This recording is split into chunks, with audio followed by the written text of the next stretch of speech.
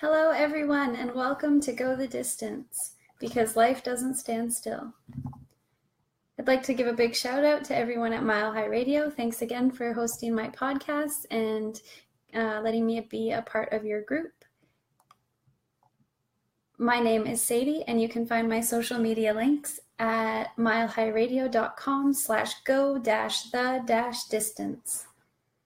Another thank you to Lynn Burnett. She is a constant source of support and information, and she is absolutely amazing. So if you're ever considering doing podcasts for yourselves, give Lynn Burnett a shout out either on Facebook, or you can find her on the Mile High Radio website. She is absolutely fantastic, and I couldn't have asked for a better mentor to get me into podcasting. So thank you very much, Lynn. Today I'm going to be talking about about being compassionate and how we can all find ways to show our compassion. So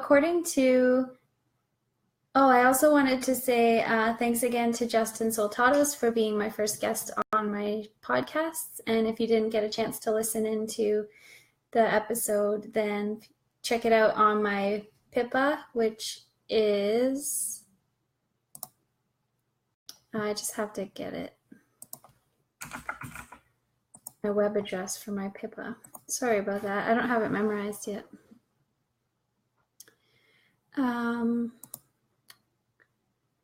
Okay, so it's player.pippa/io/go-the-distance. And you can also get a link to that through my Mile High Radio page. So thanks again for tuning in, and feel free to drop some comments on my Facebook page, and I'll definitely respond to them as soon as I can, either on this show if you join me now, or after you see this. So yeah. According to dictionary.com, compassion means a feeling of deep sympathy or sorrow for another who is stricken by misfortune, accompanied by a strong desire to alleviate their suffering. So not only do we feel badly for them, but we also want to alleviate that suffering or that pain that they're going through, or that sorrow. As humans, we're so quick to judge and react to other situations, and I see this as detrimental to relationship building and positive mental health. We tend to judge others judging others is when we use our perspective to determine how we feel about another person's situation. So instead of just accepting that person for where they're at in their situation, we tend to judge them based on how we perceive what they're going through to be. And in that process of judgment, we lose sight of the fact that we don't necessarily know what brought that person to be in the situation they're in. So by just having that snap judgment, we tend to lose sight of the fact that that person is actually a person, and they've had a walk of life that we don't know about, and we don't know all of the things that have gone on and the things that have brought them to be where they are. I read a fact once that it only takes 3 major events or situations to drive someone to become an alcoholic or a drug addict. So for example, losing a spouse, a job, and a home, all within close succession. So like within a year, or I don't know what the time is, but anyways, another example might be losing a parent, a business, and a pet. So any 3 major events can trigger someone to become dependent on drugs and alcohol as a coping mechanism. Coping mechanisms are strategies that one uses to deal with difficulties such as stress and illness. Some coping mechanisms are immediately effective, and some will take a while to help you feel better. Some strategies are effective in a positive way, and some just numb us to the stress or the illness that we're dealing with. Coping mechanisms can be learned at any time, but generally children learn from observation at a very young age from their primary caregiver. So if a primary caregiver turns to alcohol and drugs to deal with stress, the chances are that the child will, when they start to manage their own environment, will instinctively do what was observed. So they will turn to drugs and alcohol as coping mechanisms. If the primary caregiver turned to exercise or art or something else, then when they're feeling stressed out, the same phenomena is likely to happen. The child will grow up using similar coping strategies. So in early childhood, it's a time of rapid neuron growth in the brain. And up to the age of 6, there are many neural pathways being developed in the brain. And this is why we say that children are sponges at that age, because every new thing that they learn, they create a whole new neural pathway in their brain. As opposed to when you're an adult, if you learn something new, you use pre-existing neural pathways to make that information accessible. So it's kind of hard to explain, but like if I've made a neural pathway for each different color, so I've got a neural pathway for red, yellow, blue, whatever, then anything categorized from there will travel through that yellow pathway to get to the next branch or the next brain neuron. But when you're up to the age of 6, your brain is developing so much that it just creates, like, your whole brain is just so full of neurons. And during adolescence, about the age of 10, your brain starts to prune off those unused pathways. So maybe you learned a lot about dinosaurs from your teacher and you're not interested in dinosaurs, so you haven't really thought about dinosaurs. So those neural pathways would get pruned because they're not being activated and being used. So the brain kind of like clears away anything that seems to be like wasted space, I guess. At the age of 3, it is believed that the brain has twice as many dendrites, which are little neural pathways in the brain. And I'm just going to reference a text here. This is Infants, Toddlers, and Caregivers by Jeanette Gonzalez Mena and Diane Widmeyer-Iyer.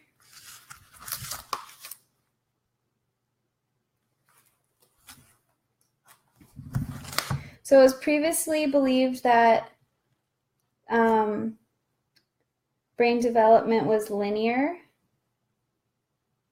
It is now believed that brain development is nonlinear. But there are prime times for acquiring different kinds of knowledge and skills.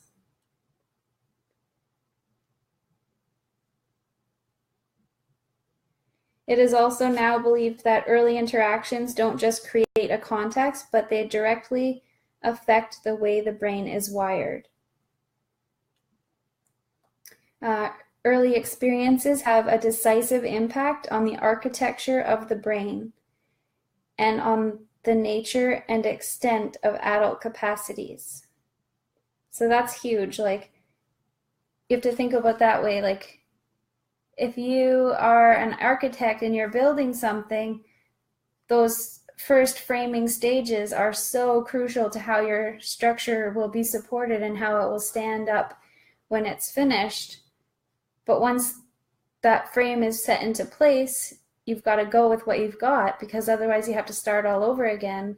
And we can't do that as humans. We can't just, go back to being a baby.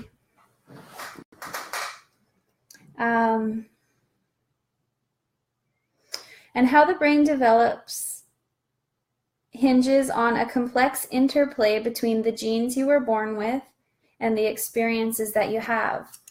So it's not only the experiences that you have, and it's not only the genes that you were born with, but it's a combination of both and how they work together.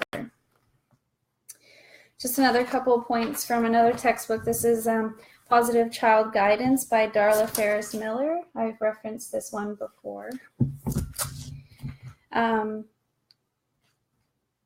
Infant brain development. Brain development that takes place before age 1 is more rapid and extensive than previously realized. Early brain development is more vulnerable to the environmental influences than was previously known. The influences of early environment on brain development are long-lasting. The environment affects not only the number of brain cells, but the number of connections among them, and also the way these connections are wired. There's an increased evidence of negative impacts of early stress on brain function. So I just want to talk a little bit about that and how having a secure attachment to your caregiver is crucial for healthy emotional development. And constant exposure to stressful environments can dramatically change the way an infant or young child's brain develops, making them more prone to emotional disturbances and less able to learn. A child exposed to severe, prolonged stress often develop learning disabilities and emotional and behavioral problems. For example, attention deficit disorder, anxiety, and depression. They also become more vulnerable to various medical problems such as asthma, immune system dysfunction, and heart disease.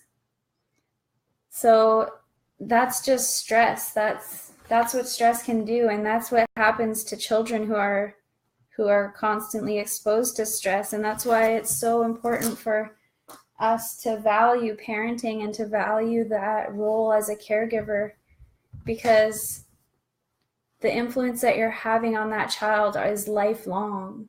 The neural pathways that you're setting up for that child, those are their pathways for life. You're setting that child up for success in the future. And if you don't be conscious of that and you forget that, then I don't want to say that. But anyways, yeah, you get what I'm saying. I don't like being negative, so. But if you do things properly and you teach them how to feel stress and use it as motivation, then that's what's going to be their go-to coping mechanism.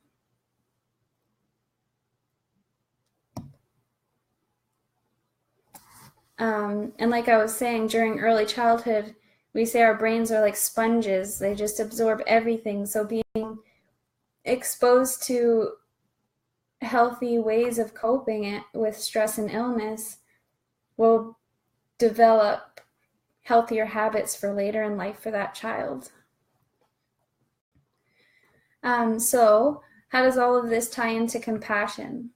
Well, knowing this helps me be compassionate about others, because as humans, we only know what we've experienced or what we've been exposed to. And so someone who's struggling to cope, the chances are that they have never learned positive strategies.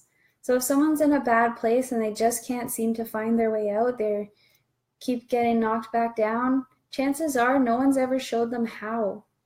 And so for me, I take that and I consider that when I'm observing people and seeing their struggle, and instead of being quick to judge and saying, oh, that person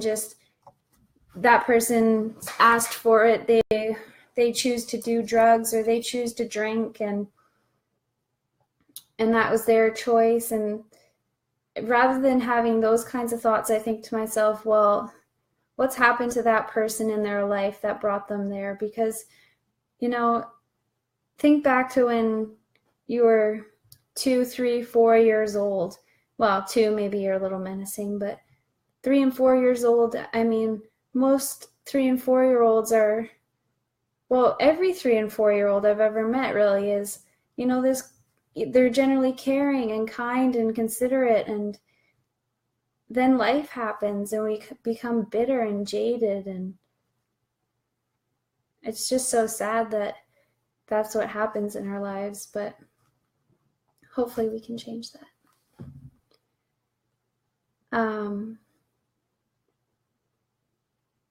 So again, compassion means not only feeling sympathetic for someone, but also desiring to help that person out of the situation they're in. And if we consider that people's walks of life, so their story, may be the reason that they are where they are, we can choose to refrain from judging them and chalking it up all to their own doing, and we can move forward with being compassionate and caring. In doing so, we're accepting that sometimes life is hard, and no matter where a person is on their journey, it's never too late for them to make a better choice or a different choice or to change their lives. Because when we constantly blame the victim and blame the person for the wrongdoings of the past, we're holding them accountable without allowing them the chance to start over and have that fresh start. I mean, I don't know. I just like, people will say like, you sometimes you don't get a second chance. Well, you know what? I'm here to tell you that's wrong. There's always a second chance and a third and a fourth and a fifth. You just have to keep trying and never give up, because the only people who truly fail are the ones who stop trying, because a failure isn't a failure until you choose to give up. And a mistake isn't a mistake until you don't learn from it. And if we all have a little bit more of this type of thinking towards people who are in a bad place, we have understanding that life hasn't been gentle for them and life hasn't been easy for them. We can, instead of judging them and keeping them where they are, we can raise our hand out to them and lift them up and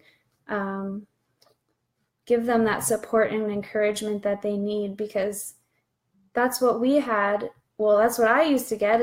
My mom was super encouraging. She would always be like, you know what, you can do it.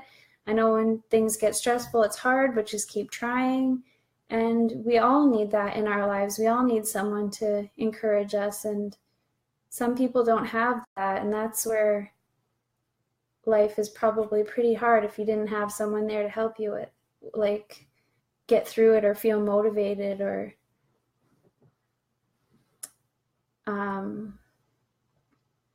just kind of like someone who can help you problem solve and find solutions to things that maybe you couldn't see from your perspective.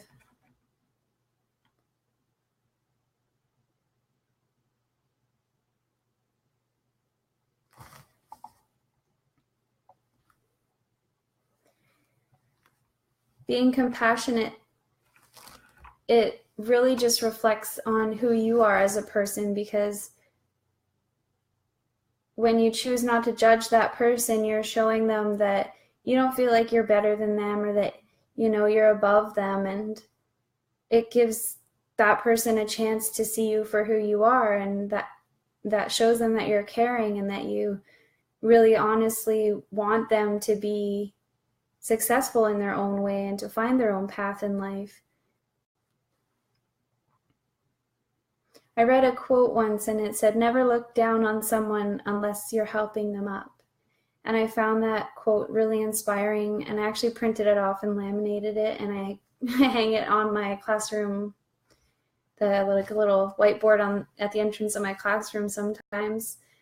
And it's just really impactful to think about that, because we spend so much time looking down on people and blaming them and judging them for things that have happened in their life that chances are weren't even in their control. And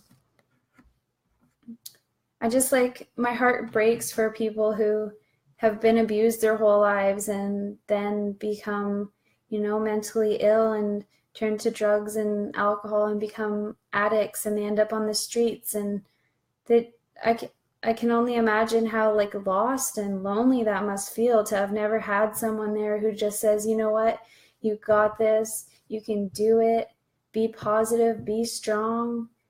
And I wish I could just, like, go around to all these people and tell them they can do it. Maybe I can. Maybe one day I will. Or maybe you all can, and we can all do it together. Because that's what we need, is we need everyone, not just some people, everyone to be like, okay, start fresh, let's do this. There's a way for everyone to be successful in this world. There's so many different avenues of success, and we tend to box ourselves into these little ideals. You know, when you go to school, it's like, are you going to be a teacher, a lawyer, or a doctor? Those are the only three options, because those are the three most successful things. Well, why are those three things any more successful than someone who's a street sweeper or a garbage man? Because I'm sure those lawyers and doctors don't want to be taking their garbage to the dump. I bet they're real thankful to have, you know, those services provided. And our society can't work without everyone doing their little part. And it's all just as valuable. That's why I shouldn't really bring politics into this, but like, that's why I kind of like the idea of communism, just in the sense that everyone's valued equally because we're all part of one system. It'd be kind of, if you think about your body as a system, it'd be like saying, you know what, I don't really care too much about, like, you know, that pancreas over there. It doesn't, you know, it doesn't really do much, so just, you know, I don't really need it. Well, it doesn't work like that, because every little part of your body has a function, and every little part of the system works together with another part of the system, and it all depends on each other, and that's how we have to work as people too. And if we can't depend on anyone else, then we get lost and fall between the cracks, and then everyone judges people for being there, and it's just so sad.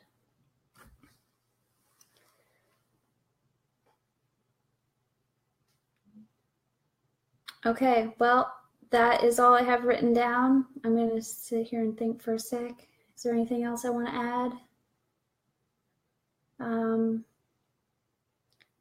Basically, if you are in that place where you feel like you don't have anyone, just keep reaching out, and somebody will listen and somebody will be there. And if you've been reaching out to the same person or the same group of people, maybe those aren't the people that you need to be reaching out to. And try something different, try something new. Find somebody who's willing to listen and to hear your story and say, you know what, we can do this together. We can, you know, make a plan. I can check in with you, make sure that things are going as you want, and just keep trying, because like I said, you know, failure is only failure when you stop trying. So thank you very much for listening in, and I look forward to hearing some feedback, and we'll see you next time. Remember, go the distance, because life doesn't stand still.